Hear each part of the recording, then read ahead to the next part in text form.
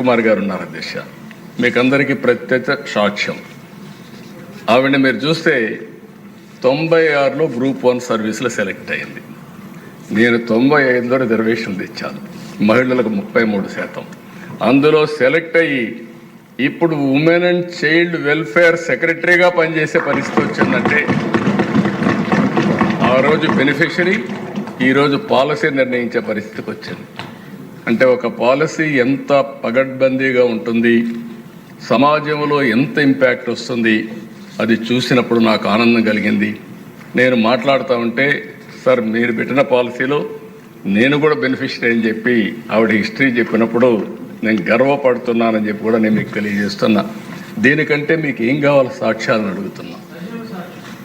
సజీవ సాక్ష్యం, ఒక స్ఫూర్తిదాయకమైన సాక్ష్యం అధ్యక్ష. అలాంటి మంచి కార్యక్రమాన్ని మనం ముందు పోయాం. ఈరోజు మనం ఒకసారి చూసినప్పుడు ఇక్కడే కాదు ప్రపంచం మొత్తం తెలుగు జాతి ముందుకు పోతా ఉంటే అందులో ఆడబిడ్డలు అగ్రస్థానంలో ఉన్నారని చెప్పి కూడా నేను మీకు తెలియజేస్తున్నాను. ఇదే కాకుండా అధ్యక్ష, నేను అనేక సందర్భాల్లో అనేకమైన రిఫార్మ్స్ తీసుకొచ్చాను మహిళల కోసం. ఒక స్టేజ్లో మీరు చూస్తే అధ్యక్ష, మహిళ పుడితే భారం, ఈ అమ్మాయిని ఎటమేస్తాం కాబట్టి వివక్షత చూపించే సమయం అది. ఆ రోజు నేను చెప్పాను, మీ పుట్టిన అమ్మాయి మీకు భారం కాదు, ఈ ఇంటికి ఒక మహాలక్ష్మి. అందుకే పుట్టిన ఆడబిడ్డ పేరుతో 5,000 రూపాయలు బ్యాంకులో డిపాజిట్ చేసి పాస్ పుస్తకం ఇచ్చి 18 సంవత్సరాల తర్వాత ఎంత డబ్బులు వస్తుందో ఆ డబ్బులు ఆ అమ్మాయికి ఒక కుటుంబ పెద్దగా కానుక ఇచ్చానని చెప్పి కూడా నేను మీకు తెలియజేస్తున్నాను. ఇటీవల నేను హైదరాబాద్లో అపోలో హాస్పిటల్కి పోతే ఒక బెనిఫిషరీ తీసుకొచ్చి మీరు ఇచ్చిన డబ్బుల వల్ల నేను చదువుకొని ఈ స్థాయికి వచ్చారని చెప్పే పరిస్థితికి వచ్చారు అధ్యక్ష. ఇంకో పక్కన అధ్యక్ష మీరు ఒకసారి చూస్తే ఒక నమ్మకం, ఒక కాన్ఫిడెన్స్ కావాలి. మనందరం ఆలోచించేవాళ్ళం, అమ్మాయిలంటే సైకిల్ దొక్కలేరు, మగవారితో సమానంగా ముందుకు పోకూడదు, లేకపోతే ఎవరన్నా పేరెంట్సే తీసుకెళ్ళాలి, ఇలాంటివన్నీ ఉంటే నేను ఆ ధైర్యాన్ని వాళ్ళలో ఒక నమ్మకాన్ని ఇవ్వాలి. మగపిల్లలు ఆడపిల్లలు తేడా లేదు, అవసరమైతే ఆడపిల్లలే దూసుకుపోతారనే నమ్మకాన్ని ఇవ్వడానికి 8, 9, 10వ తరగతుల విద్యార్థులందరికీ, స్టూడెంట్స్కి అందరికీ, ఆడపిల్లలందరికీ సైకిళ్ళు కొనిచ్చాను అధ్యక్ష. సైకిళ్ళు కొనిస్తే తల్లిదండ్రులు చదువుకోవద్దన్నా మాకు సైకిల్ ఉంది మేము వెళతామని వచ్చి చదువుకున్న సందర్భం అధ్యక్ష. అలాంటి ధైర్యాన్ని ఇవ్వగలిగాం. ఇంకో పక్కన అధ్యక్ష స్పీకర్గా కూడా ప్రతిభా భారతిని పెట్టాం. నేను పెట్టిన ఉద్దేశం కూడా ఆ రోజు ఇక్కడ కూర్చున్న వాళ్ళు అధ్యక్ష అన్నప్పుడు ఒక మహిళా స్పీకర్ని చూస్తే గౌరవం పెరుగుతుంది, ఆడబిడ్డల్లో కూడా ఒక నమ్మకం వస్తుందనే ఉద్దేశంతో ఆ రోజు పెట్టాం. ఈరోజు అధ్యక్ష president of India Narendra Modi గారి నాయకత్వంలో ఒక మహిళ దేశ రాష్ట్రపతి, ఒక ఆర్థిక మంత్రి నిర్మలా సీతారామన్ గారు, ఇక్కడ 3 మంత్రులుగా పెట్టాం, 21 మంది ఎమ్మెల్యేలుగా ఉన్నారు.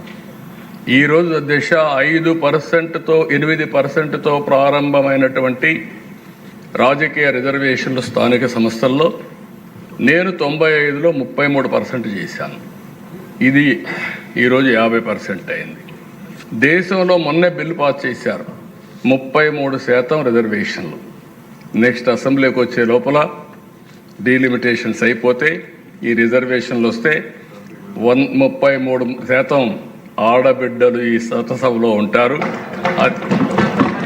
70 మంది దగ్గర 75 మంది ఆ రిజర్వేషన్ల ప్రకారం 1/3 ఉంటారు. మంత్రులు కూడా 1/3 ఉంటారు. ఇది శుభ పరిణామం అని చెప్పి కూడా నేను మీకు తెలియజేస్తున్నా.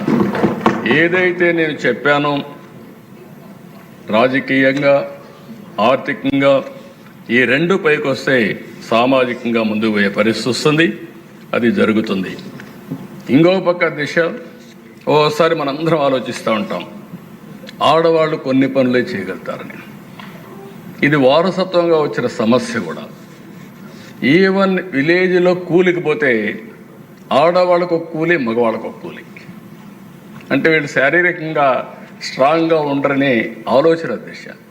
నేను మొన్న ఒక మాట చెప్పాను, మగవాళ్ళకంటూ కోప్పడద్దండి, ఇక్కడుండే మగవాళ్ళంతా కూడా ఇది కావాల్సిన పని లేదు, మగవాళ్ళ కంటే ఆడబిడ్డలు తెలివైన వాళ్ళని నేను ఒక స్టేట్మెంట్ ఇచ్చాను. కొంతమంది నన్ను అపోజ్ చేశారు, చాట్ జీపీటీని అడగమన్నాను. చాట్ జీపీటీ అడిగితే అది చెప్పింది ఏంటంటే, మగవాళ్ళకి లెఫ్ట్ బ్రెయిన్ పనిచేస్తుంది, ఆడబిడ్డలకి రైట్ బ్రెయిన్ పనిచేస్తుంది, రైట్కు లెఫ్ట్కి అంత తేడా ఉందని వాళ్ళే చెప్పే పరిస్థితికి వచ్చింది. అది ఏ ఫీల్డ్ అయినా చూడండి, ఆడబిడ్డలకు అప్పచెప్పిన బాధ్యత ఒక నమ్మకంగా చేస్తారు దిశ. అయితే ఒక ప్రాబ్లం కూడా మీరు చూస్తే, అమెరికా లాంటి దేశంలో కూడా ఇంకా మహిళలకు సమానత్వం లేదు దిశ. ఆ ఆలోచన విధానంలో మార్పు రావాల్సిన అవసరం ఉంది. నేను అందుకనే దిశ ఉమ్మడి రాష్ట్రంలోని కండక్టర్లుగా, డ్రైవర్లుగా ఆర్టీసీ బస్సుల్లో మహిళలు పెట్టాను. మహిళలకు రిజర్వేషన్ కూడా పెట్టాం సీట్లు. అదే సమయంలో పెడితే చాలామంది మహిళలు డ్రైవర్గా రాలేదు, కానీ కండక్టర్లు మాత్రం వచ్చారు. మగ కండక్టర్ల కంటే ఆడ కండక్టర్లు చాలా బాగా పనిచేస్తున్నారు ఇప్పటికి కూడా. అది ఆ రోజు తీసుకున్న నిర్ణయం అని చెప్పి కూడా నేను మీకు తెలియజేస్తున్నా. ఇంకో పక్కన దిశ, ఆస్తులన్నీ మహిళల పేరుతో ఇచ్చాం. ఇల్లు, ఇంటి జాగా, వాళ్ళకిచ్చే అసెట్స్ అన్నీ కూడా వాళ్ళ పేరుతో ఇచ్చాం. కడాని ఇప్పుడే సంధ్యారాణి గారు చెప్పారు, మా తల్లి కష్టాలు చూశాను. మహిళ వంట చేసిన తర్వాత బయట వస్తే ఆ పొగంతా కళ్ళల్లోకి పోయి, కడుపంతా కూడా పొగపోయి అనేక రకాలైన సమస్యలు వచ్చే పరిస్థితి వచ్చింది. అది చూసిన తర్వాత ఆనాటి ప్రధానమంత్రి వాజ్పేయి గారిని మెప్పించి 65 లక్షల గ్యాస్ కనెక్షన్లు దేశంలో మొట్టమొదటిసారిగా ఆడబిడ్డలకు ఇచ్చాం. అదొక చరిత్ర. రామ్ నాయక్ గారిని ఒక మంత్రి ఉండేవాడు, ఆయనపై నేను అడిగితే, నీకు ఈ ఆలోచన ఎట్టు వచ్చింది, ఇప్పుడు ఎక్కడున్నాయన్నాడు. మనసుంటే మార్గం ఉంటుంది, ఇమ్మంటే ఇచ్చాడు. దాంతో చాలా వరకు చరిత్ర మారింది, కట్టెలు పోయినాయి. అప్పుడు నేను చెప్పేవాళ్ళందరికీ, ఇప్పుడు గ్యాస్ కూడా ఇచ్చాను, మగవాళ్ళకి ఇబ్బంది లేదు, వంట చేయడం చాలా సులభం, గ్యాస్ వెలిగించి చేయొచ్చు. కాబట్టి ఆడబిడ్డలు డాక్రా సంఘాలుగా బయటపోతారు. వచ్చే సమయంలో మీరు కాఫీ పెట్టి వాళ్ళకు కూడా ఇస్తే వాళ్ళు డబ్బులు సంపాదిస్తారు, కాబట్టి గౌరవించినట్టు ఉంటుందని చెప్పేవాళ్ళ దిశ. ఈరోజు మళ్ళీ నేను దీపం 2 కింద 3 సిలిండర్లు ఉచితంగా ఇచ్చే కార్యక్రమానికి ప్రభుత్వం శ్రీకారం చుట్టింది. అంటే ప్రభుత్వం ఇది ఒక చరిత్ర అని చెప్పి కూడా నేను మీకు తెలియజేస్తున్నా. అధ్యక్ష, వీటన్నిటిలో కూడా నా జర్నీలో మీరు చూస్తే డాక్రా సంఘాలు, ఈ డాక్రా సంఘాలు చూసినప్పుడు ఇది ఒక మహత్తరమైనటువంటి ఉద్యమంలో భాగం అని చెప్పి కూడా నేను మీకు తెలియజేస్తున్నా.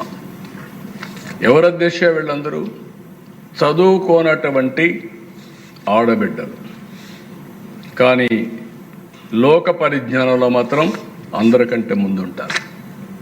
ఆ రోజు నాకు వచ్చిన కాన్సెప్ట్ గవర్నమెంట్ ఆఫ్ ఇండియాలో కూడా ఒక చిన్న ప్రోగ్రామ్గా తయారు చేస్తే నేను డాక్రా సంఘాలకు శ్రీకారం చుట్టాను.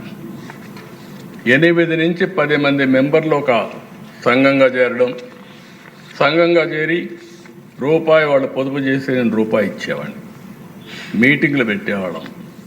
మహిళలు ఎక్కడొచ్చినా డాక్రా సంఘాలు వస్తే పనులు చేయమని చెప్పి అన్నాం.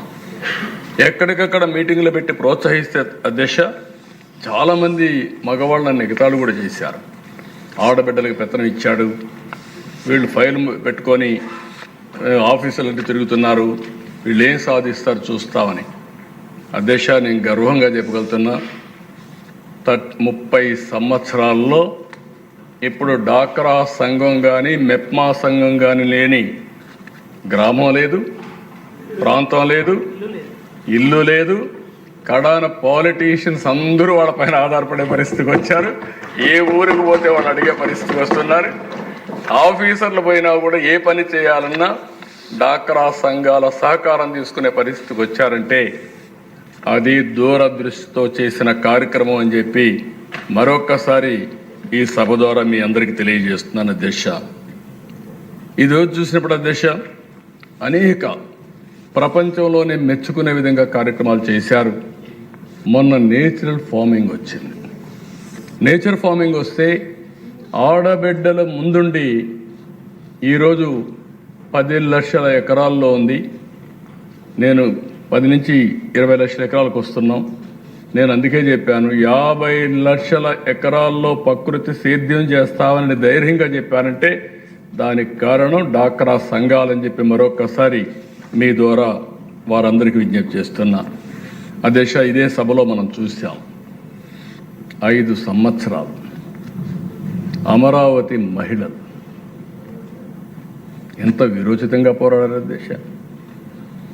ఏంటి వాళ్ళు చేసిన తప్పు?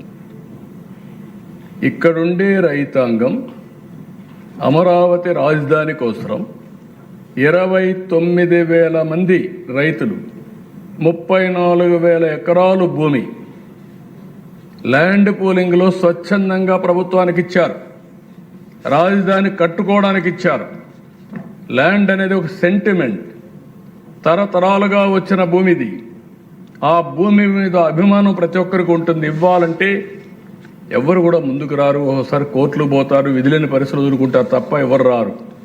అలాంటిది వాలంటరీగా వచ్చారు. వాలంటరీగా వచ్చే దిశ ₹1 ఇవ్వలేదు. మేము ఇచ్చింది ఏంటి? డెవలప్మెంట్ చేసిన తర్వాత మీకు తిరిగి ప్లాట్లు ఇస్తాం. మీరు ఈ ల్యాండ్ ఇస్తున్నారు కాబట్టి మీకు లైవ్లీహుడ్ కోసం యాన్యుటీ కింద ఇస్తామని ఒక్క మాట చెప్తే నమ్మకంతో ప్రపంచంలో ఎక్కడా జరగనటువంటి ఎక్స్పెరిమెంట్, ఒక స్ఫూర్తి ఈ అమరావతిలో జరిగింది. ఈ అసెంబ్లీ సాక్షిగా మనం చూసాం. అలాంటి ఒక మహత్తరమైనటువంటి ప్రయోగం ఇది. అది చేస్తే 3 రాజధానులని 3 ముక్కలు ఆటాడి ఎన్ని విధాలుగా ఇబ్బంది పెడితే ఇదే అసెంబ్లీలో సమావేశాలు పెట్టేవారు. ఈ అసెంబ్లీకి భూమి ఇచ్చిన వ్యక్తుల్ని హింసించేవాడు. ఇది ఎక్కడ న్యాయం అధ్యక్ష? వాళ్ళ భూమి మీద మనం కూర్చున్నాం, వాళ్ళ భూమి మీద మనం పరిపాలిస్తున్నాం. ఇక్కడ కూర్చొని వాళ్ళకి ఇంకా న్యాయం జరగలేదు. ఆ న్యాయం జరిగినప్పుడు వాళ్ళని ఇచ్చేస్తే 5 సంవత్సరాలు ఆందోళన చేశారు. వీర వనితల్లాగా పోరాడారు. కడాన దిశ ఒకసారి చాలా బాధేస్తుంది.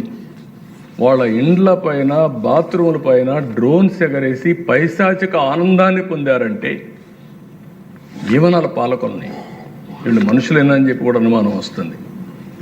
కడాన వాళ్ళు న్యాయస్థానం టు దేవస్థానం తిరుపతి వరకు వెళ్ళాలని పాదయాత్ర చేసి ప్రజా చైతన్యం కోసం వాళ్ళు చేసిన త్యాగాలు చెప్పుకుంటూ వెళ్తూ ఉంటే భోజనం చేయడానికి కూడా హాల్ ఇవ్వనీయకుండా, అకామిడేషన్ ఇవ్వకుండా చేస్తే రోడ్డు మీద భోంచేసి అక్కడనే పడుకొని తిరిగారు దిశ. వాళ్ళు చూపించిన చొరవ మళ్ళీ చెప్తున్నా, అమరావతి ఈరోజు బతికిందంటే, ఈరోజు మళ్ళా మనం వచ్చి ఇక్కడ సమావేశాలు పెట్టుకుంటున్నామంటే ఈ అమరావతిని కాపాడడంలో అమరావతి మహిళలు చూపించిన చొరవ ఒక చరిత్ర. ఈ చరిత్ర కూడా ఎవ్వరూ మర్చిపోలేరు. అమరావతి చరిత్రలో స్థిరస్థాయిగా లిఖించబడుతుందని చెప్పి కూడా నేను మీకు తెలియజేసుకుంటాను.